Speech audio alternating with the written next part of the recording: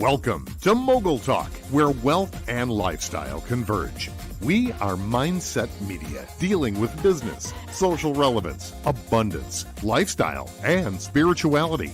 This is your time. This is your moment. And this is your host, Ms. Mogul, Charity Smith. Hello, America, and literally around the world. This is Charity Smith. I am Miss Mogul. We, of course, you all know, are in our gratitude and our thankfulness series. Well, I have a very special treat for you on this edition. This time, we're changing it up a little bit. I'm doing what I call my Sister Circle edition. This is where I have invited some of my closest and my dearest friends. Now, normally I don't share my personal life. You all know that. But I found such treasure very close to me in these relationships. And when I thought about the series of thankfulness and gratitude, these were the women that came to mind that I wanted to have this conversation with. So now, without further ado, I'm going to bring them in. And as I bring them in, I'm going to introduce them. So here we go. All right, you all, this is a treat. So again, get your laptop, get your latte. This is going to be a lot of fun. So the first guest is my dear friend of more than 30 years, Miss Katrina Freisen. Many of you may know her from our Baltimore days at Morgan State University. But let me tell you about Katrina. She's a treasure. Katrina is the author of Entertaining the Godly Life, a guide to personal holiness in the industry. She has over 30 years in the entertainment industry and is the CEO of Banner Communications Incorporated, where she's also represented the Miss America organization. Katrina is a world missionary visiting several countries around the world. And really what she specializes in is training people, particularly women, in the inner beauty and character of holiness. Now, that's a word we don't really use anymore, but trust me, holiness has not gone out of style. And I'm so glad to have that conversation with her. She is married to a wonderful pastor in Atlanta and is the mother of 3 children. So again, welcome to my good friend, Katrina. Now, next I have joining me in the Sister Circle is Mrs. Elaine Johnson. Now, again, Elaine is my sunflower. She's my dear heart, and she's what I call my bonus sister. She's married to my brother, and I've known this, and I call him my brother, but we're not blood, but yeah, we're blood. But Elaine is, yes, Elaine is a treasure. So let me tell you a little bit about Elaine. Elaine is the co-author of Manage Your Marriage, Master Your Workplace. She is a relationship architect and epiphany coach. Now, come on. Who could not use an epiphany or 5? So, yes, she's also the co-owner of ericandme.com. Let me say that again, ericandelaine.com. ericandelaine.com, a relationship management company. Elaine and her husband of 26 years host singles, couples, and relationship seminars literally around the world. Again, retreats where they teach the necessary skills for healthy, resilient relationships. She is the mother of 6 beautiful daughters. Now, come on, is that not a crown or what? 6 beautiful daughters. And she trains women how to discover their divine assignment and experience their own epiphany. Welcome to the Sister Circle, Elaine. Thank you, beautiful. Now, last but certainly not least, you all would think that I've known my next guest for about 25 years. It seems that way, but we have not known each other as long as I've known the other guests. But if I tell you, she is a friend that is near and dear to my heart. She is the person of Dr. Michelle Vann. Let me tell you about Michelle. Michelle serves her community as an Amazon best-selling author. She's an educator, life coach, motivational speaker, and I'm going to say even a pastor trainer who loves helping women particularly heal mind, body, and spirit. Health and wellness, particularly mental health, is her space. She is the owner of Fantastic Solutions and the founder of Sisters Can we talk? This is a nonprofit helping women, again, grow in their knowledge of the health disparities and how those health disparities impact their overall well-being. So without further ado, and again, these ladies are literally all over the country, and we're chiming in now. Ladies, welcome to Sister Circle. Thank you. Oh, now It's come on. such a pleasure, a treasure to be with Yes. you and my sisters. Listen, the guests who are watching, again, this will air in the mornings and different times of day, night, whatever. But I wanted to have this particular conversation with you all because, again, when we're talking about gratitude and thankfulness, my relationships are right up there with my children, my faith, my salvation, my business, those things that I hold close to me. Mm-hmm. It's the relationships that I've been blessed to have. And so when I think about relationships and what I treasure, it's you all that come to mind. There's an old hymn that we used to sing, count your blessings, name them one by one. And I'm like, okay, so thank you for Katrina. Thank you for Elaine. Thank you for Michelle. It's really like that for me. And so I appreciate you all having this conversation with me and literally with the world about what it means to have a thankful life. And I wanted to take a minute and kind of define thankfulness because we spelled it a little bit different. It's THANK, capital FULL, meaning full of thankfulness. And so when I think about that, it's living a life and having a paradigm from thankfulness, from a gratitude perspective, right? So it's how we live our life. And it's not a holiday for me, right? It's not something we do once a year. It's something that we do, and I know each and every one of you do on a daily basis. So I wanted to, again, have this conversation with y'all, right? Yes. Now, look, don't be starchy. Just because we're on this show, folks are going to be like, she got some dry friends. Listen, everybody's on the media face, but when we are together, it is lit and it's a lot of fun. So I hope that we don't know how well we can cut up. That's we just trying to be a little respectful. Okay, well, how well can we cut up? Be you. That's what I'm talking about. Be you. Be authentically you. My audience knows by now I laugh hard, I laugh loud, and I'm full-throated with all of it, right? Yeah. And so I'm full-throated with my truth, whether it's in humor or whether it's direct. I'm full with it. So it's good with me. I want you all to authentically share what it means for you to live a life of gratitude. And however you want to start at, well, let's start with Michelle. Michelle, when you think about living life from the vantage point, right? It's where you're positioned in life and thankfulness. What does that mean to you? And how do you execute that? How do you infuse? And by the way, let me tell you all a little bit about Michelle. So not only is she a motivational speaker, world traveler, and all those wonderful things I mentioned, she's a pastor's wife. She runs a school. She's an educator of over 30 years, and she's always surrounded by loud, I'm just going to say our beautiful next generation. How about that? Can you hear me still, Michelle? Okay. So what does it mean to you to infuse thankfulness in your everyday life? Well, I think if you don't infuse that thankfulness, there is a piece in which I kind of talk about it this way. There's sometimes when you're on top of the world and sometimes the world is on top of you. If you don't come into the space with that gratitude, then the world can overtake your world thought. And so it really becomes very imperative that we walk with thankfulness, being that guide and that stair step as we move forward, because otherwise we really can get overwhelmed by the things that we see in the world, the things that we hear.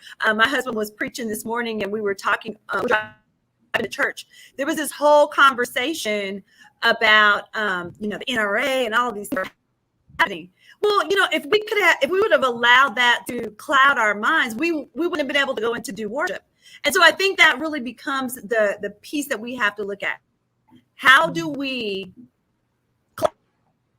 not our world and the world systems to cloud our mind, but we come to our everyday moment, every situation with a thankful heart, knowing that doctors tell you every day, you're going to be healed faster, have a relationship with God, have a thankful heart, have a praise on your mouth.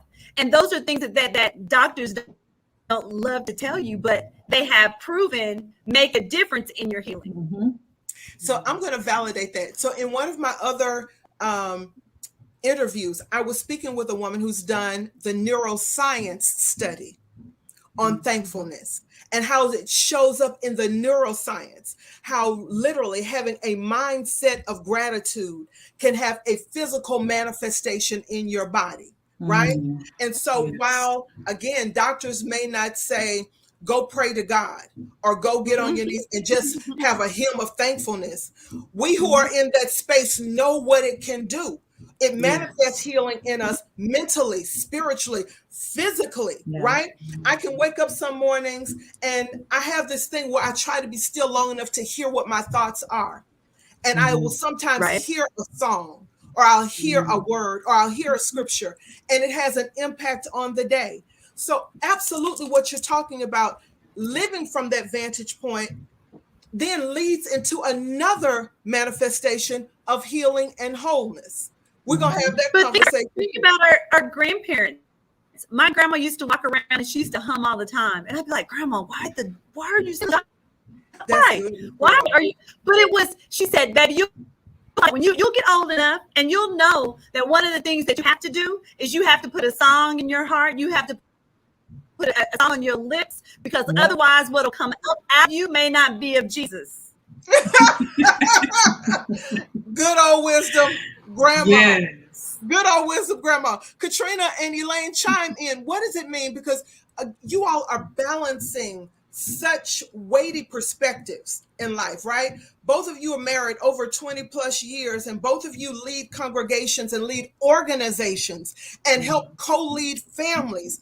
What does it mean for you to live your life from a place of thankfulness? I want to start with Elaine, and particularly, how do you train your daughters in this, right?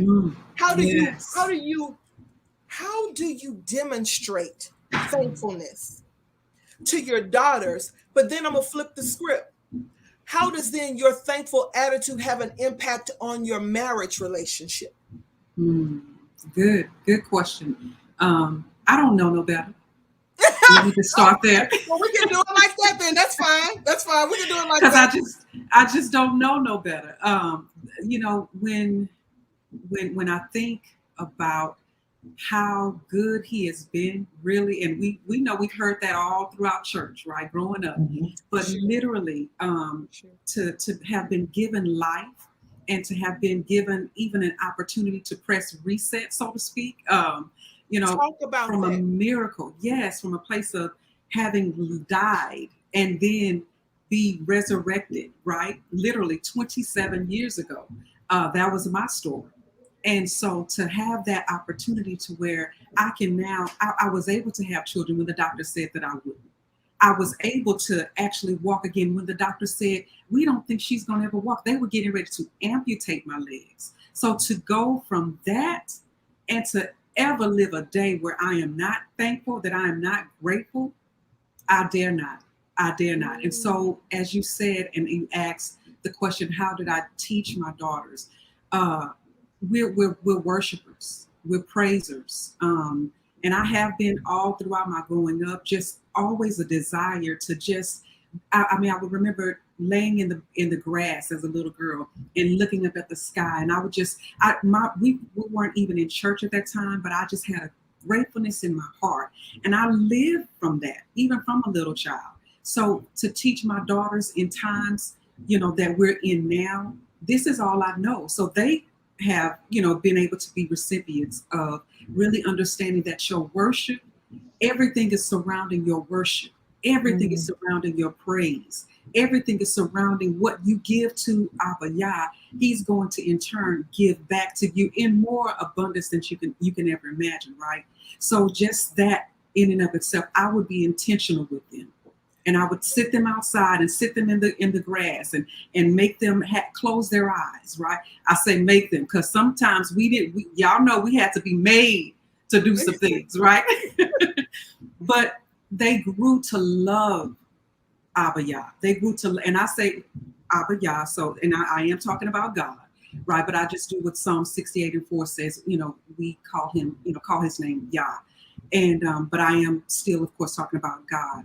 And so that's what I've done. And that's important to me. I believe that if we can teach our children to know and hear the voice of Yah, to hear the voice of God, we've done a job well done. That's See, I want to go back to a couple of things that you touched on, Elaine, because I don't want the audience to miss the opportunity to really get the depth of it. You said that you had the opportunity, the experience to be resurrected. You actually have 2 birthdays now, right? Yes. Okay. Tell us a little bit about that story. What happened there? If you can kind of, and it's a huge story, but what was that experience that gave you the 2nd birthday? What was that? Yeah, and I'll try to be brief because it is a long story, like you said, but just in September 9th, 1994, was on my way to work with my sister, and we were hit T-boned by an 18-wheeler. That was the end result of all the other cars that we hit and that hit us. But an 18-wheeler hit on my side. I was life-flighted to Herman Hospital here in the medical center in Houston, and she was taken to another local hospital. She didn't have as much injuries as I did, but my legs were directly behind my back, as if you would take a pencil and you would pop it and you break it in half. And it was my waist, my pelvis was actually twisted. So it was in the opposite directions that my feet were facing. And the doctors, of course, gave a grim diagnosis. But the miracle that the Father did, they told my then fiance, who is now my husband, told him, you may as well get prepared to, at least get 3 months worth of parking in advance, because she's got a long haul ahead of her. But the miracle that God did in my life was in 8 days, he sent me home. No morphine, 8 days. Okay. Ooh, So, did y'all get that? New beginning. Oh, I was trying my best not to go in there. But see, yes, what the prognosis should have been years of physical therapy, should have been years of pain and discomfort, and let's be honest, disfigurement in some way. Instead, you get the miracle of going home in 8 days. And for those of us who are in the Hebrew faith or the Christian faith, 8 is the number of new beginnings. So you had a reset in 8 days. I pressed reset. Yes. Tell me the role, though, of gratitude in healing your body, mind, and spirit in that. What was the role of gratitude in getting you on the road, not only to recovery, but restoration and healing? Yes. Thankfulness was a part of my journey, because now think about it, 22 years old, and you got to start all over. You got to learn how to walk again. You one day you driving, and the next day you rolling, right, in a wheelchair. Have a hospital bed in the bedroom, sharing it with my nephew. Having a porta potty next to the hospital bed. World changed, right? I'm having to learn all things all over again. But it was in that place and that time where I had nothing. When people were leaving the house and going to school and to work, I was left in that hospital bed by myself. And besides Rugrats, the cartoon, I said it. Okay. Besides Rugrats and my daddy God, that was it. That's all I had. And so I from that place, I would look at my legs. I'm like, well, I don't feel like there's anything wrong, because I was never given pain meds from the day that I left the hospital.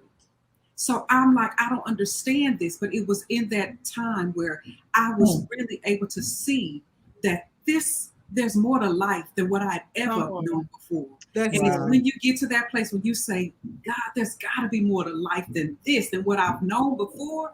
then he can reveal and peel back the layers and bring you more and more things that will be enlightening to you, and you can't go back. So all I've ever known was to give him praise and thanks. And after, when the doctor said that I wouldn't have not one child, giving birth to 5, I'm thankful.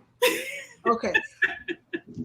And listen, I want to bring Catrina in, but it's imperative that we drive home no matter, because listen, let's think about this. And Katrina, go ahead and chime in with this. When you put on top of it, people have found so many areas to complain about and to be bitter about. Certainly, there's a lot happening in the world. I've had friends very recently, and again, people are wondering what kind of Thanksgiving show is this, but this is real life, where I've had to readjust from a very, I wouldn't say a close friend, but somebody I grew up with committed suicide over the weekend, and we had to put him to rest. And we think about, his children, and I think about playing with him, and all of this stuff is rolling through my mind, and I'm thinking about what in the world happened here that he couldn't find something else to live for. He couldn't find gratitude. He didn't have thankfulness to pull on. And so, Katrina, I want you to talk to us a little bit about what thankfulness means to you, because I knew you back in college. And let me tell you, a lot of people have these experiences with their college friends where, girl, I'm getting emotional. Can you believe that? I'm getting old and emotional. But they have these memories of their friends where, you party and you get drunk and you fall out and you don't recall what happened, but you wake up with a lot of misery and regret. Yeah. I remember you being a woman of character and integrity and prayer. And I'm going to go old school for people who may not know what this is or, watching. Fasting and prayer. That. Yeah. And so I knew you even back then. That's been almost 30 years ago. What has gratitude and thankfulness, living a life from gratitude, how has it helped you cultivate your life's narrative, right? How has thankfulness helped you to write your story, your narrative, your identity? What role has it to write your story? The thing that's so funny is I'm one of those people who actually, I count my blessings and I go back. I go back to childhood because while I have 2 amazing parents, there were things in my childhood that were struggles that God helped me overcome. And the fact that I actually made it to college is a blessing. The fact that, because I was sickly in high school and, just so many different things that I've experienced. And in so many situations, there was a brief moment in college before you met me where I felt like, okay, God is not doing what I need him to do. And I'm just going to take a break. And in that was one semester. In one semester, I almost lost my life a couple of times. Just being at the wrong place with the wrong people. I know what that's like. Outside of his will. And the fact that I was alive to fast and pray, it was like, God, thank you. Thank you that you spared my life in all these bad decisions I've made here recently. Thank you that I'm still alive. Thank you that I still have my right mind. Thank you that I've been through things that other people have been through and they did not overcome. Wow. They are not here anymore, but you saw fit to sustain me and give me your word and remind me of who I am and send the right person to come along my path to pray for me or to witness to me or to encourage me in some way. And God has always done that. I'm a worshiper. So songs come to me when things happen. There's a song almost for every situation. And, I think about being broke. And when I was broke, like really broke. Most college students were broke, but okay. Then the song, God will make a way where there seems to be no way. He works in ways we cannot see. He will make a way for me. That was my song. Yes. So I You would better sing go. You that better every go. time She can that sing for something real, was y'all. going on in my life. I learned to use praise as a weapon. And so I'm always thankful. Every morning, that's the first thing I do. Like, I have a room in our house. Well, we call it the guest room, but I'm always down there praying because everybody else is asleep. I get up before my family and I go down there and I just begin to thank him for everything I can think of. Every time, every morning, that's the first thing I do. I can thank him for the deals I've made in business. I can thank him for bringing my children home safely from school. Come on, I it's can that. thank him. I mean, there are too many things, but I do Yes. not enter into prayer without thanking him first for several things That's good. because I know what he's brought me from. I know the things I've overcome. I know the things that I've endured, and I know the things he's kept me from. Okay, so it's that part. So That listen, part, yes. I want to take a break. Y'all won't believe it, but we're almost at 30 minutes into the show. I am so serious. So we're going to take a quick commercial break, but when we come back, I want to kind of dive now a little bit deeper into how you live your life from this perspective. You all, and what I'm hoping the listeners get, you all that are listening, you have someone who's represented the Miss America organization. You have someone here who trains people in marriages and relationships. You have a motivational best-selling speaker, best-selling author here. But what is the resounding thing? These are women of faith who live their life full of gratitude. So it doesn't matter where you are in the echelons of business leadership, community leadership, family leadership. It just doesn't matter. What I'm hoping you get from this is you have to start from a place of thankfulness. And it goes and it just resonates throughout your life. So ladies, hang tight. We're going to take this quick commercial break. We'll be right back. Are you ready to break out and break through? Wait no longer. Charity Smith, known as Ms. Mogul, has created a breakthrough course and mastermind called the Mogul Method for multidimensional leaders wanting to harness their creative power and release their next big idea, transforming their performances, culture, and leadership. A highly sought-after media personality, business and transformative leader, Ms. Mogul enraptures her audience, taking them on a journey of personal and performance discovery with laughter, candor, a biting wit, and over 20 years of business acumen and leadership. Go to www.youcancreateyourown.economy.com now to awaken the mogul in you.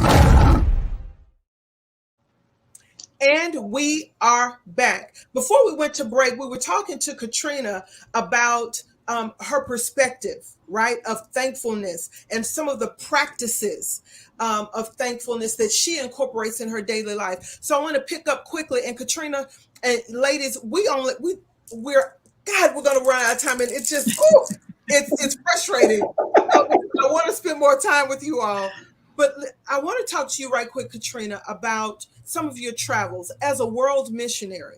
Mm-hmm. I'm sure you've seen a lot of different environments and experiences in your travels. Mm-hmm. How have